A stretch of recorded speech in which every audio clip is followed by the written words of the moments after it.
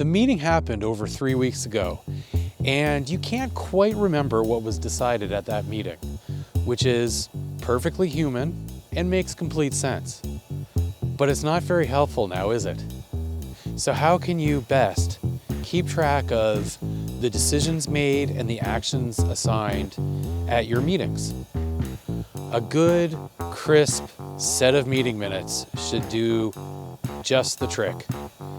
Keep watching this episode of The Monthly Grind, because we're going to be discussing what minutes are, and just as importantly, what minutes are not, and how a good, concise set of minutes can help keep your meeting organized and your business on track.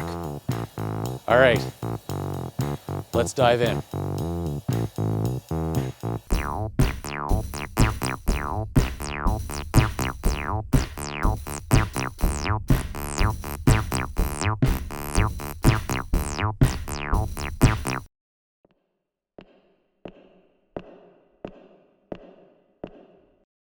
Minutes have nothing to do with the hands on a clock, but they have everything to do with time. They take time to review before meetings, and afterwards they take time to draft. But in the long run, a good set of meeting minutes will save you time, as they create an official record of decision for your organization that can be referenced well into the future. Here's the first rule of crafting good meeting minutes. Minutes are a record of what was decided, not what was discussed. Here's what minutes are not. Minutes are not a transcript.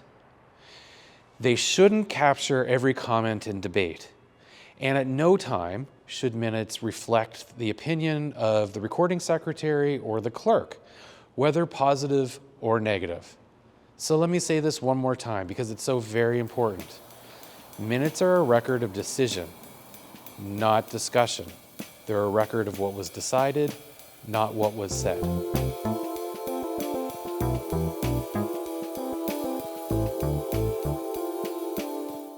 Meeting minutes can take on many different forms, depending on your organization's size and level of formality. But at the end of the day, they need to answer these three questions. Who was there?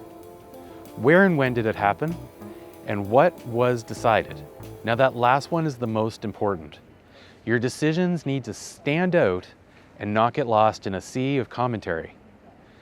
Many different legislatures and councils will take full transcripts of speeches and debates, but those are separate things entirely from their official meeting minutes. If you want a deep dive on that, don't forget to subscribe. But for ordinary societies and ordinary meetings, your minutes need to be brief, clear, and free from any unnecessary details.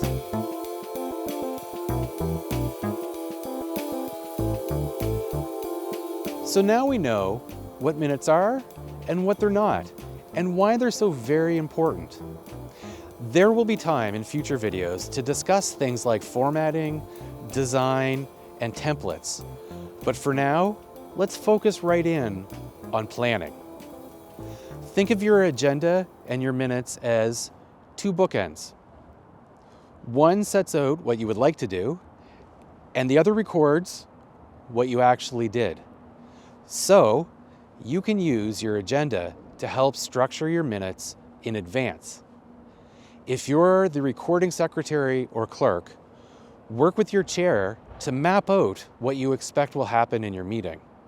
Know things like what motions might be introduced, reports that are on the agenda, and how your group likes to structure minutes. Things like movers, seconders, reports, and action items. The more you prep, the better it gets. If you take this approach, by the time your meeting rolls around, your minutes are halfway done.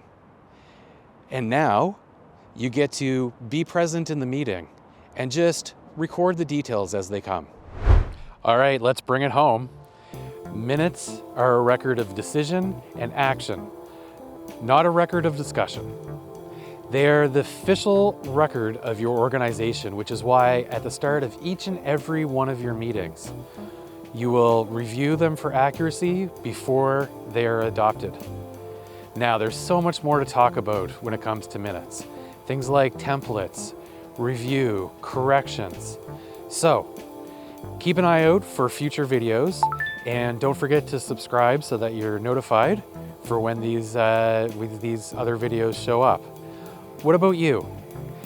What are the biggest challenges that you face with your organization's minutes? Or do you have a wonderful system that you use to keep you on track? Drop a note down in the comments and let us know. Until next time, keep your minutes crisp and your meetings on track. Thanks for watching, and don't forget to check out any of the other videos on this channel. The Order of Business series is here to provide quick tips on parliamentary procedure, while Parliamentary Inquiry will give you deep dives into specific motions, but also conversations around context and historic developments which help explain why things are the way they are.